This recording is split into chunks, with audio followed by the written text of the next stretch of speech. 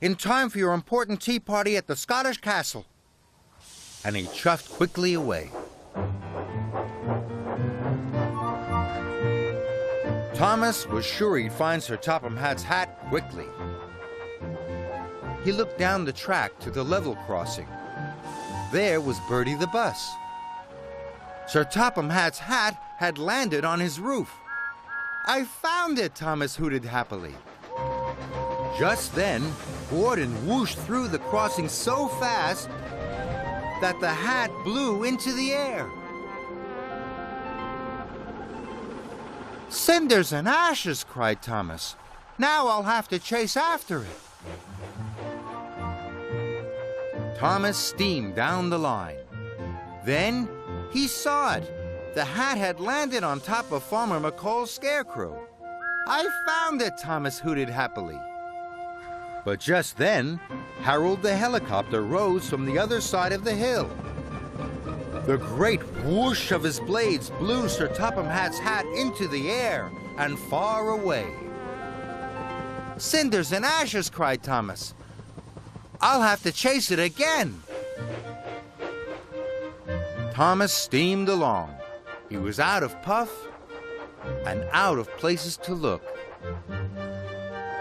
Then he saw it. Sir Topham Hatt's top hat landed on one of the windmill's sails. Thomas hooted happily. But just then, a great gust of wind blew the sails around. And the top hat was blown into the air and far away. "Oh no!" tooted Thomas, and he raced after it. It was getting late. Thomas had promised to find Sir Topham Hatt's hat, and he hadn't done that. The wind had taken the hat far away. "You've won, Mr. Wind," peeped Thomas. And he let out a tiny, sad wheesh of steam.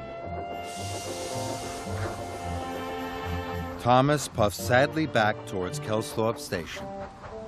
"I wonder if I will ever be a really useful engine again," he wheezed sadly.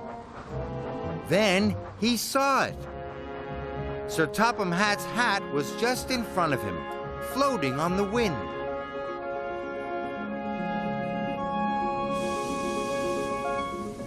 "I was silly to think I was as fast as you, Mr. Wind," Thomas chuffed quietly. "Please, can you help me?" The wind heard Thomas. Sir Topham Hatt's hat floated gently onto Thomas's funnel. Thomas couldn't believe his puff. He chuffed slowly and carefully towards Kelsthorpe Station. When Thomas arrived, everyone was waiting. Then Sir Topham Hatt gasped. He saw his hat on top of Thomas's funnel. "You've found my hat, Thomas," he boomed happily. "You are a really useful engine." Thomas blew a happy whoosh of steam, and the top hat flew gently from his funnel onto the platform in front of Sir Topham Hatt. "Sometimes going slowly is as good as going fast," tooted Thomas. "Or maybe even better."